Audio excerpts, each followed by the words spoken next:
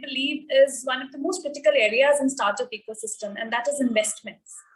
For this, we bring to you a fireside chat with a group of impactful investors. We have with us Namita Dalmia, partner Enzia Ventures, Neha Poddar, Vice President Investments, Good Startup, and Divya Sampath, sponsor partner Achieving Women's Equity Fund. The moderator for this session is Anuj Sharma, founder and CEO Alsisar Impact.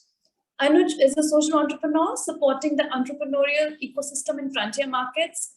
He comes with an experience of over a decade of catalyzing impact investing in South Asia and is a strong advocate for women entrepreneurs.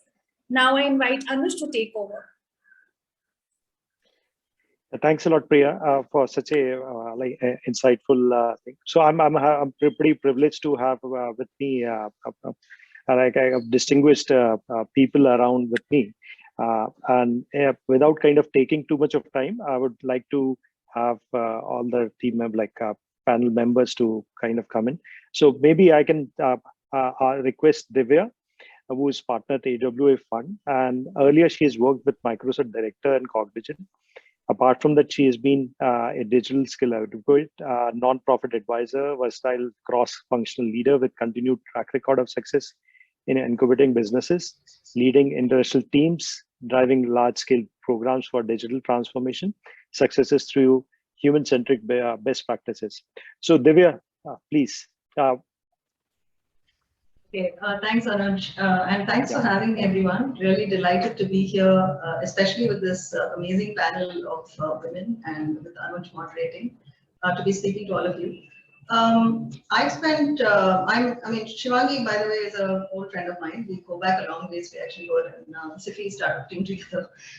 So I know personally how amazing she is. Speaking of amazing women, I spent most of my career in technology and consulting, and only sort of branched out into venture investing in a more full-time capacity in the last couple of years. But I've been an angel investor for quite a while now. And I'm very, very interested in the topic of investing both in women-led and women-impacting businesses. And I'm very, very keen to learn with all of you from the conversation today.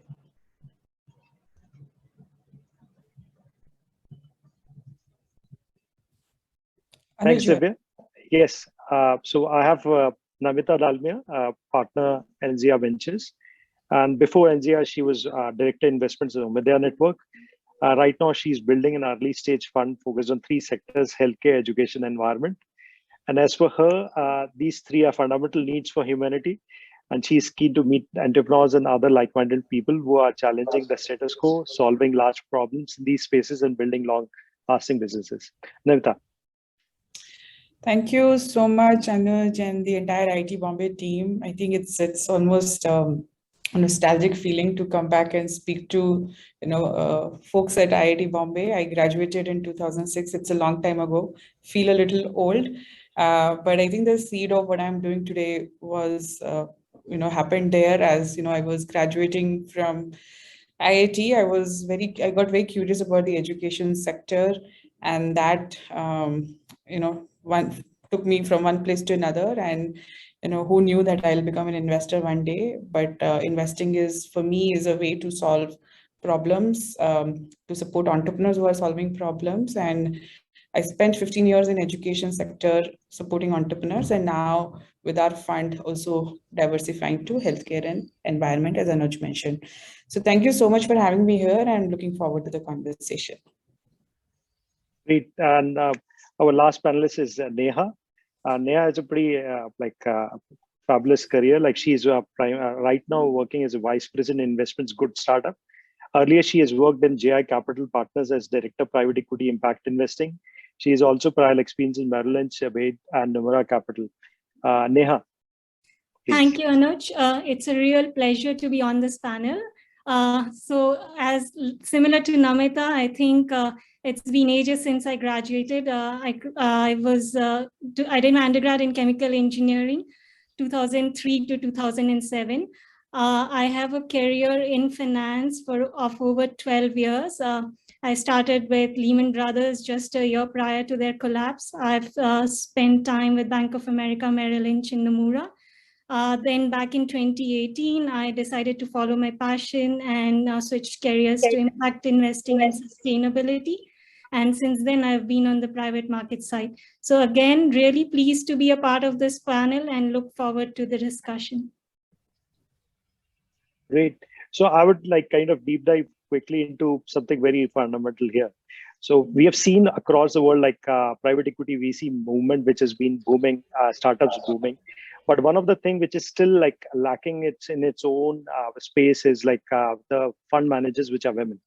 We have a huge amount of lack of women fund managers. All of you three are having an accomplished career. You got into fund management business. So what inspired you to be doing what you are doing today? That's one. And second is, what you would like to have a kind of a way forward for like aspiring fund managers from your side? Maybe I can go with Divya first and then Namita and Neha. Yeah. Okay.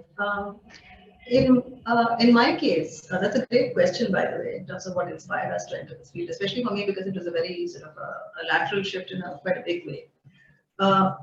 I'd actually spent most of my career as a serial, what I would call an intrapreneur, which is somebody who's starting businesses within various other businesses and scaling them quickly, right? So I kind of saw what it took to scale up a large and very often a cross-border business, because I worked for companies like Cognizant and Microsoft and ran businesses which were cross-country, and what it took to actually make a business case. Pretty much like doing a startup, right? Making a business case. Of course, you have the comfort that if people accept your business case, you're not worried about the money being invested. But all of the other concerns of scaling business, etc., exist. And even within the corporate world, I found that there were very few people, women, who are actually doing this, even these entrepreneurial startups. And that was multiplied by a factor of many times when you looked at external startups, right?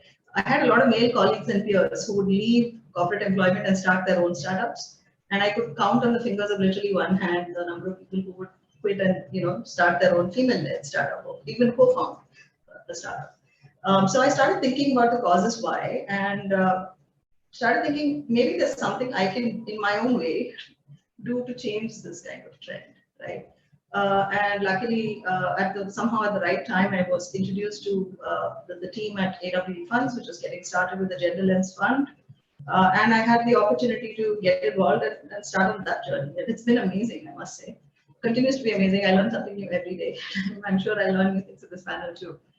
What motivates me to keep going is every time I meet a woman founder, and I can't tell you the number of women founders who've said that they are still very, very nervous about approaching a venture capital company for funding. But there is a little bit of a sense of comfort about having women on the other side of the table.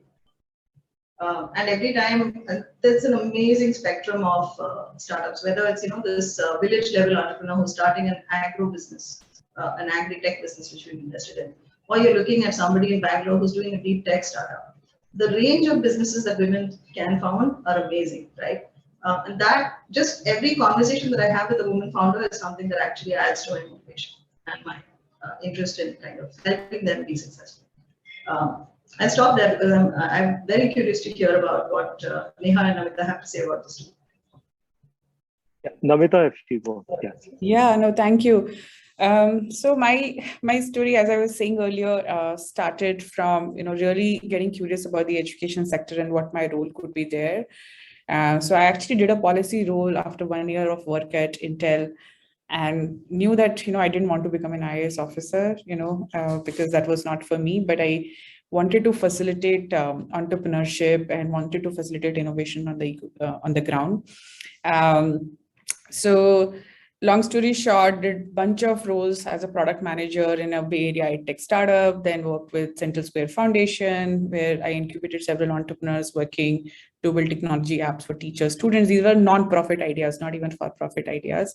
I worked with central and state governments to help them launch their edtech platforms and policies. So what I realized in 2016 is that I really like working at a sector level because it gives me different vantage points to really think about problems and opportunities, as well as I really like working with entrepreneurs, but I wanted to expand that horizon for myself. And that took me to impact investing with Umidyar, because since till then I was just working with nonprofit entrepreneurs, building the innovative solutions and with policymakers. So the Umidya really gave me that launch pad to work with for-profit entrepreneurs. And I could see that I was bringing a unique value to the ecosystem because of my past experience in the sector. So unlike many other journalist VCs, I usually got feedback from entrepreneurs that the questions I'm asking, the empathy that I have for the user is much more evolved, not because of the sheer experience being on the ground and and all of that. In parallel, there was always this thing about doing something of my own, and really, because of the two things that I liked, working at sector level and working with entrepreneurs, the thing that I was going to start was looking like a fund. So that is really the story behind how I got into fund management. Parallelly, another actually classmate of mine from IIT, Jayashree, had a very different story, but she was also building sector expertise in healthcare and sustainability. And we call it a happy accident that all three people who came together, we are women. We didn't start with a gender women lens, to be very, very honest here, but we basically came together because we had this shared purpose of solving large problems in the sectors and doing it through investing. And we came together to be fund managers of Enzia. So that is really the story behind how it all started. What keeps us motivated is to find the right entrepreneurs, to work with them in solving these problems, defining our own definition of impact, and maybe we can talk about it sometime in this conversation. And when we think about fund, we are really thinking about, we are building an institution, and this is and not just a fund. We are not just investors, but really building a firm that can outlast us. So that motivates us. I think lots of learning for aspiring women, but I would say find yourself and figure out what will drive you to do what you want to do, and if it is a fund business, that be it, and find your strengths and do that. And I would also say that the ecosystem is at the right juncture right now, where there is a lot of tailwinds for women fund managers also. So while we, and again, honestly, in the last 2 years, we've learned to also own that we are women fund managers, right? And really own that, right? And we'll talk about some data points in terms of, what, so basically half of our portfolio companies led by women entrepreneurs. And that is because we think it's just because of the unbiased evaluation that we bring to the table, and not necessarily because we are focused on women entrepreneurs. So we'll talk more about it, but that's the beginning of, or initial thoughts on what got me started and what keeps me going. I think in terms of my personal story, the first time I toyed with the idea of doing impact investing was when I was doing my MBA. That's back in 2013 to 2015.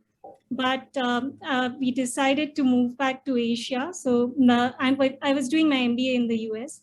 And I realized that the industry here was pretty nascent at that point. So anyways, long story short, I ended up going back to investment banking. Then in 2018, I had some time off when I gave birth to my daughter, and then I really started exploring it. And the industry had really developed in those few years. So that's when I really made the move. So it was a more broad-based fund looking at climate change, circular economy, healthcare, education, food and agri. But it was, the scope was limited in terms of geography. So it was a Southeast Asia fund. Then a couple of years back, what happened was this whole alternative protein sector started taking off, right? So I was connected to the founder, Jayesh Parekh, who's quite well known in the Indian ecosystem. And I like that philosophy. So essentially, I had background in finance. Then I was always interested in technology. I guess that also comes from my IT background, 4 years as an engineer. And then impact investing was something that I was always passionate about. So in a way, this was an intersection of all three. So finance, technology, and impact investing. That's what really led me to join the fund. I think what we are seeing is increasingly a lot of women entrepreneurs are emerging in this space. And what's more surprising is I think I've met more women entrepreneurs in Asia doing alternative proteins than in the US. So super excited about that. As we all know, women are very good at subtle cues, right? They are very good with people management, and even in terms of risk, I think they do a more holistic risk assessment versus men. So super excited and really look forward to meeting more women entrepreneurs in this space. Great. So I will have some kind of a more alternative thing now. Speaking of, like, if we see in our kitchens, like we have seen like I've seen my mother like doing the best of the dishes, and also in most of the households. But the moment we talk about professional insight, that whole thing gets into a different thing.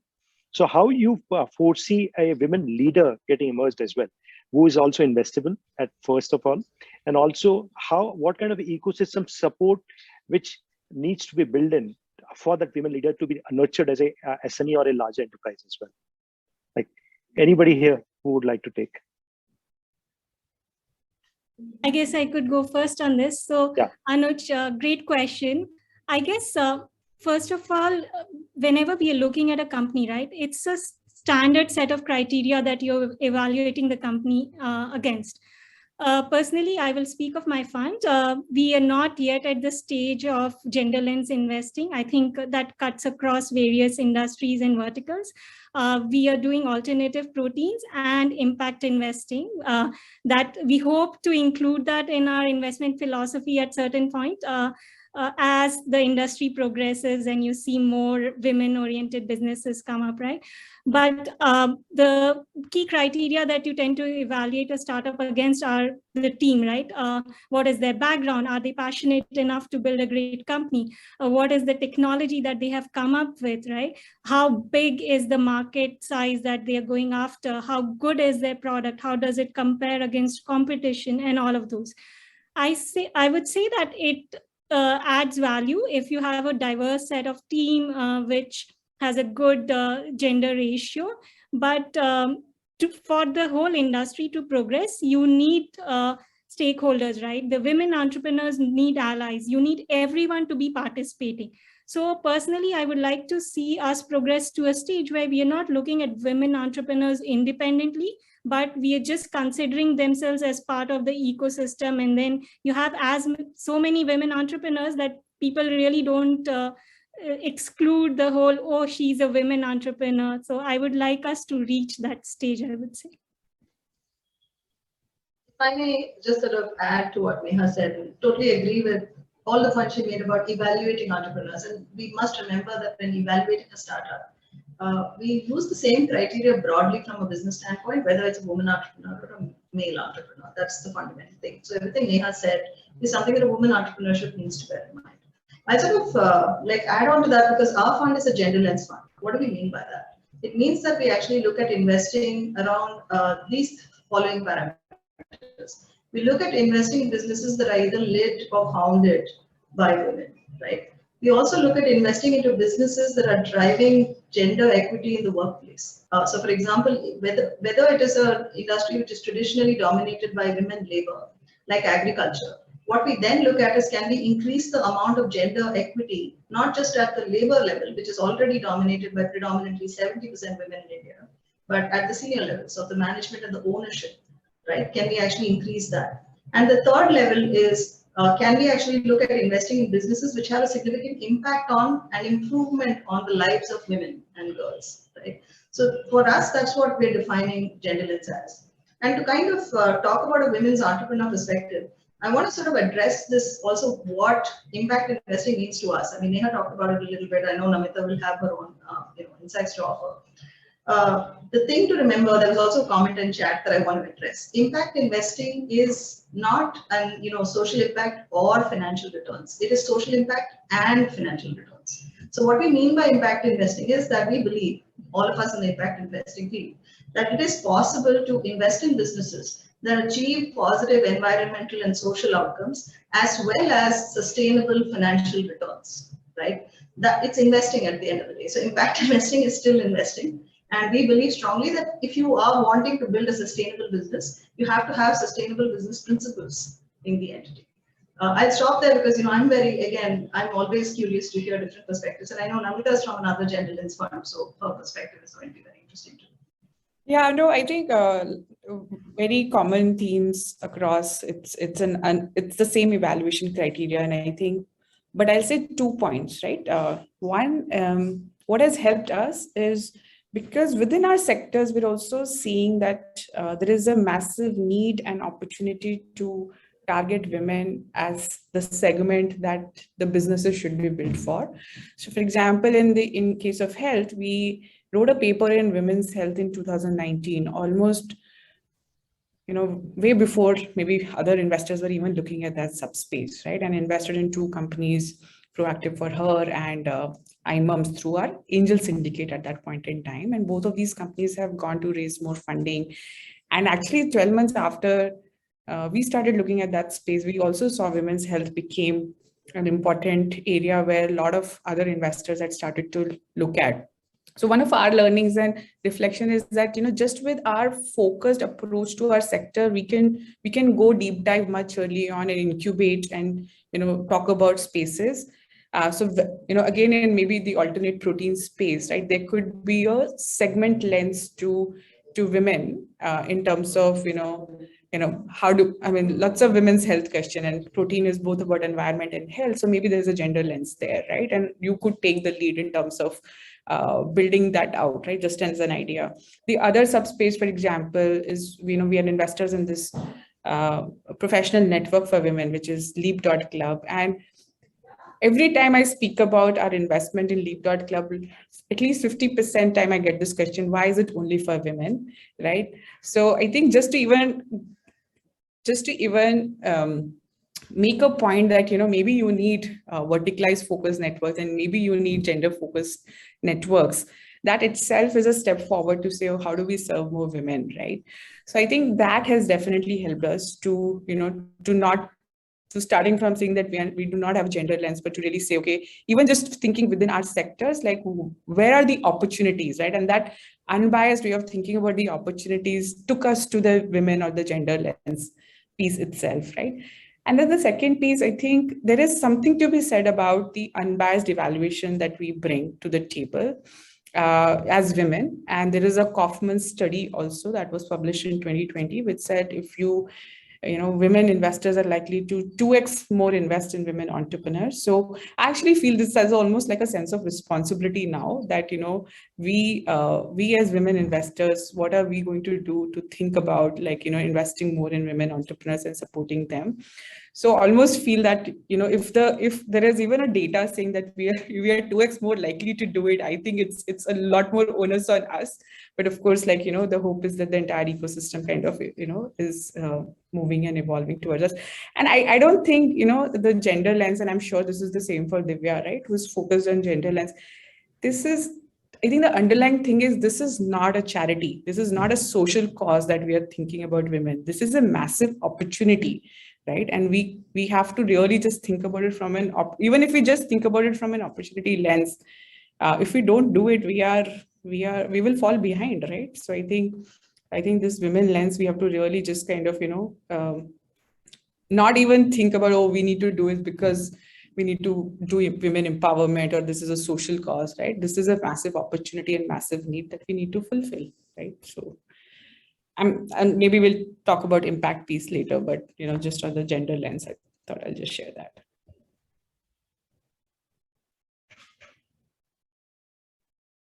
And there is also a very important question which the audience is asking: what is the difference when you are investing in terms of impact or profit?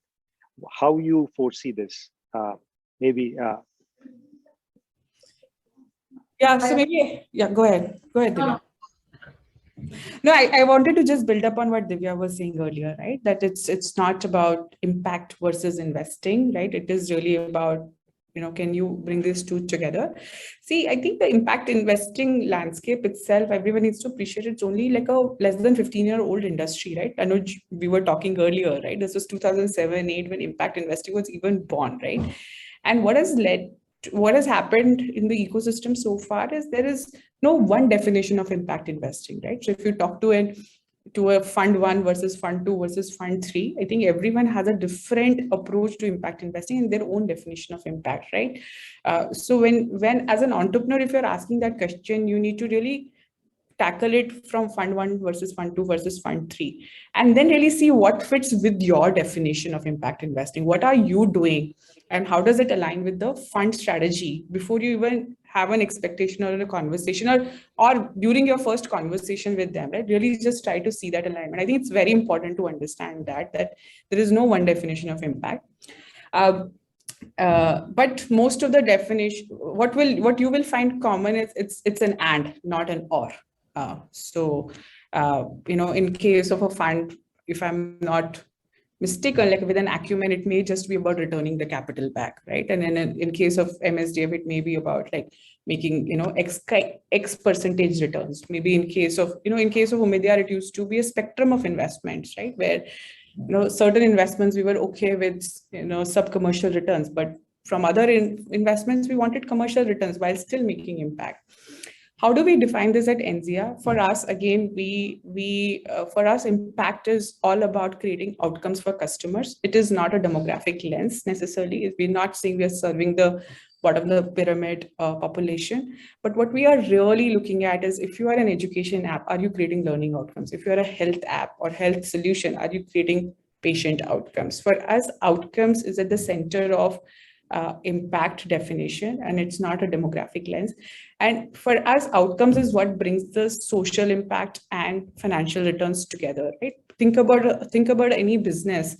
If, as a business, if you are creating your customer outcomes, you are likely to have them sticking with you. You're likely to have them, referring more customers to you. That will drive profitability. That will drive scale also, right? So that will drive financial returns.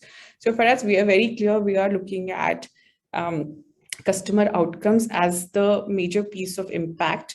And that is what we work with our entrepreneurs to first even define and then measure and keep improving on that, because that's where both social impact and financial returns meet for us. And that is where our purpose also kind of aligned, right? We started this fund to solve problems in these sectors. And the problem is only solved when you're actually delivering learning outcomes or patient outcomes or solving for climate challenges. So that's how we define impact, and it helps us to kind of bring it all together. So it's an and for us. Of course, different stages of company's life, you would be looking at different parameters, but being able to see the entire picture. But let me take a pause here. I'm sure there's more to be shared by Divya and Neha here. So, sorry, Divya, go ahead. Please go ahead. Okay, sorry. I just couldn't agree more with what Namita said about, first of all, understanding the ecosystem with respect to who fits with your requirements of capital as a business. I also feel like it's important to understand the different focus of different players in the ecosystem, right? I mean, we've all been hearing about, there was a question, I think, about sustainable investing, responsible investing. These are trends that are happening in the investing industry beyond just the venture and private equity worlds, right? Even if you look at mutual funds and all of that, you hear this kind of conversation going on. So from traditional investing, which was perhaps purely profit focused, to responsible investing, which says, okay, maybe I don't want to invest in like tobacco or firearms, to sustainable investing, to now ESG focused investing. That is a trend that's continuing. If you look at it from the venture capital, the startup financing world, it's important to understand what impact investing is not, right? One is, it's not philanthropy. It's not, we made that point, so it's worth repeating. There are a number of organizations which are quasi-venture philanthropy institutions, and Namita made a reference to that, where there are some people who are able to invest and not expect a commercial grade return. There are organizations which do that for part of their portfolio, and there are organizations which give outright grants and philanthropic money to invest from seed stage to even more mature stages and so on and so forth. So based on what your startup is about, it's important to understand who does what. And then find the right sort of partners to engage with from an investment standpoint. So I wanted to make that point. The second thing that I would actually sort of add on to what Namita already said is about to become speed skating national champion. Sorry, was that what that was? But I'll just kind of finish my sentence and hand over to Neha. 50 meters away from the finish line. I think I don't know what that is. Maybe someone wants to Yeah, maybe someone wants to mute. Anyway, so I was just going to say that before again handing over to Neha, that when we talk about the question of impact, social outcomes, what you need to remember is, you might have environmental impacts or social impacts, and the point that Namita was making, we want to see those kinds of outcomes being measured and positive progress being made on those, along with progress towards financial returns, because that's what drives the success of the business, and that's what eventually drives financial returns to the people who invested in. So driving towards outcome is the focus that we want to see when we're making impact investments. So again, it is, we can't say this enough. There's no either or, it is and. So over to you, Neha. Thank you. So I totally echo whatever Namita and Divya have said. Just for the participants' sake, if we think of the impact investing as a spectrum, on the one hand, you have investors who are more impact focused, right? For them, impact comes first. So maybe even if you return to them their original principle, they are happy with that. And for them, the real return is what is the impact that they are creating. This is one end of the spectrum. On the other end of the spectrum, you have your traditional PE and VC funds who are looking for, who go by a 220 structure, right? And then they are looking for your traditional PE VC returns, but they say that they are an impact focused fund, which is really like an externality. The impact is an externality for them. They're really not focused on that aspect. Most of the impact funds that you see in the ecosystem are somewhere in between, where they use one or the other combination of it, right? The ideal combination that you want to have is impact funds, which pool in both together. That is what Divya and Namita alluded to, right? Wherein you say that you want to create impact and you don't see the financial viability or returns exclusively, right? They are inclusive. So one creates the other and the other feeds onto the other. So that's how you want to look at it. That said, from an entrepreneur standpoint, what is important is when you're looking to, at an investor, you need to understand how intensive their impact methodology is. So to give you an example, the previous fund I was at, GI Capital Partners, we had a fairly intensive process. So that means is we would collect data, we would report on it again, as that is tied back to our fund, to our LPs, and the fund has a fiduciary responsibility to reporting the data. But at my current fund, we view impact as, since we are investing in alternative protein companies, right? The current meat industry, it's responsible for 14.5% of all global GHG gas emissions. It is responsible for 70 billion animals being culled every single year. It consumes 80% of all global antibiotics, right? So just by a virtue of replacing those meat companies and investing in alternative protein companies, we view that as an impact. Of course, our impact philosophy and collection and all of that is going to evolve as we go along. But from an entrepreneur standpoint, what that means is if you take in money from a fund, which is relatively less focused on the data and the representation, it's a different proposition versus taking in money from someone who has a very deep impact reporting standpoint. I think I'll pause there. Can I just add one more point? The other thing that I want to suggest is look for a sector-specific expertise focus, because typically when you are looking for early investment, one advantage that you can get from the right partner is not just their money, but their ability to, for example, expand your network, get you the right go-to-market connections, even sort of improve, bring their perspective to your business strategy. So I didn't want that to get lost out. So when you are studying your potential partners, Namita talked about their sector focus. So if you're in one of the sectors that Enzia Ventures focuses on, you should be looking at Enzia. You should look at the AWE fund sector focus. And if you're in one of the sectors that we focus on, you should include that. If you're an alternate protein startup, you should be looking at Neha's fund. So that should not be lost in all of this stuff about impact. And now a quick question, which is like lots of tech entrepreneurs want to get into the investment thing. They want to have investment, and investment is more or less finance driven thing. So how you foresee some kind of tips to non-finance people like to navigate the ecosystem of financing? Any tips? I feel like that question is directed at me because I'm a techie who went into investing. I try to address it as best I can, but again, I would want Namita and Neha to bring their perspective in because they work with investors from various backgrounds.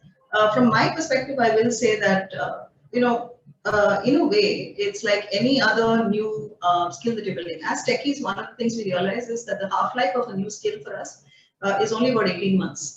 After 18 months, anything new that we learn is already kind of on the verge of obsolescence and we need to upgrade our skills. So as you're getting into a new field as investing, the first step is, I'll share what I did, which is go out and talk to a lot of people and then start studying a lot and read a lot to understand what I was getting into, right? And that learning journey doesn't stop. It doesn't stop if you're continuing as an employee in the tech world. It doesn't stop on the investing journey. That self-education is the very first step. The second thing I would say is there are a lot of avenues that people are not aware of. And again, networking can be a really good first step. I believe me, the few women in the venture and PE investing world are more than happy to network and connect with women who want to get into the investing world and spend a coffee conversation with you to help you, to set you on the right path. Not just women, but men too, but especially women, because we see so few of ourselves on this side of the table, right? So your network, whether it's your local angel network, which is where I got started in my investing journey, or it's you may have an office colleague or a peer who's getting into who you heard has made an angel investment. Just talk to other people, use your network, study, and explore all the avenues open to you. You can become an LP in an existing venture fund if you build up sufficient surplus. If you're a startup entrepreneur who's sold your stake and has certain lots of liquidity, there are lots of options open to you. There are various opportunities open. So first step is figuring out what makes sense for you and what makes sense for your particular situation.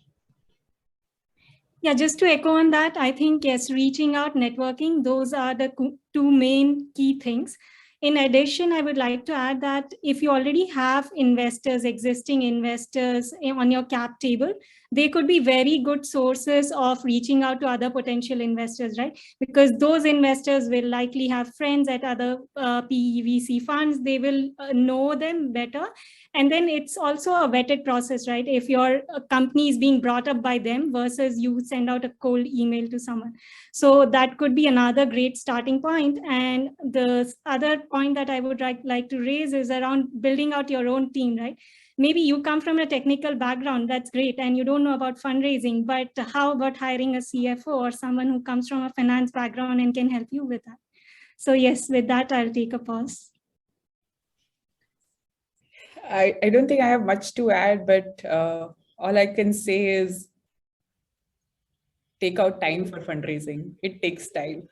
So it takes time to build the skills and it takes time to raise money. So the reason I'm emphasizing on this is don't get disheartened if you're not able to raise money in the first 2 months that you tried. It takes a lot of time, right?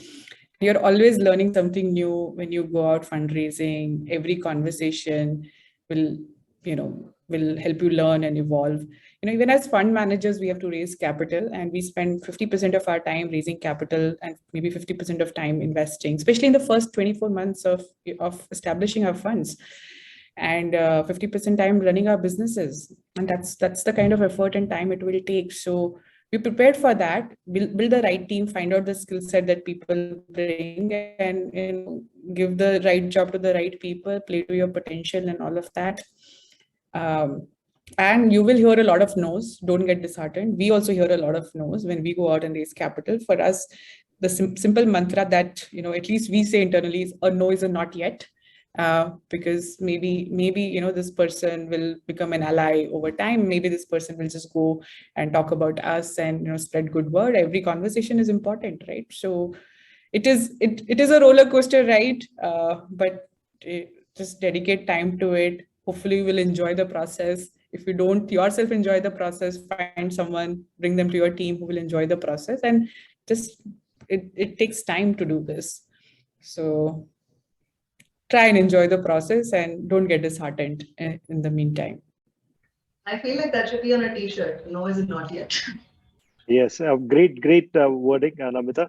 So thanks everybody here, like Divya, Namita, and Neha, for words of wisdom and also sharing more candid perspectives. So looking forward to have this conversation continuing. So the participants are asking if they can reach out to you all separately as well. And if yes, it would be great if you can just give your coordinates, and some of them may want to reach out. Thank you. I think the team has our coordinates. We'd love to hear from participants, and look forward to continuing the conversations offline as well. Likewise. Thank you. Yeah. Thanks a lot, everybody.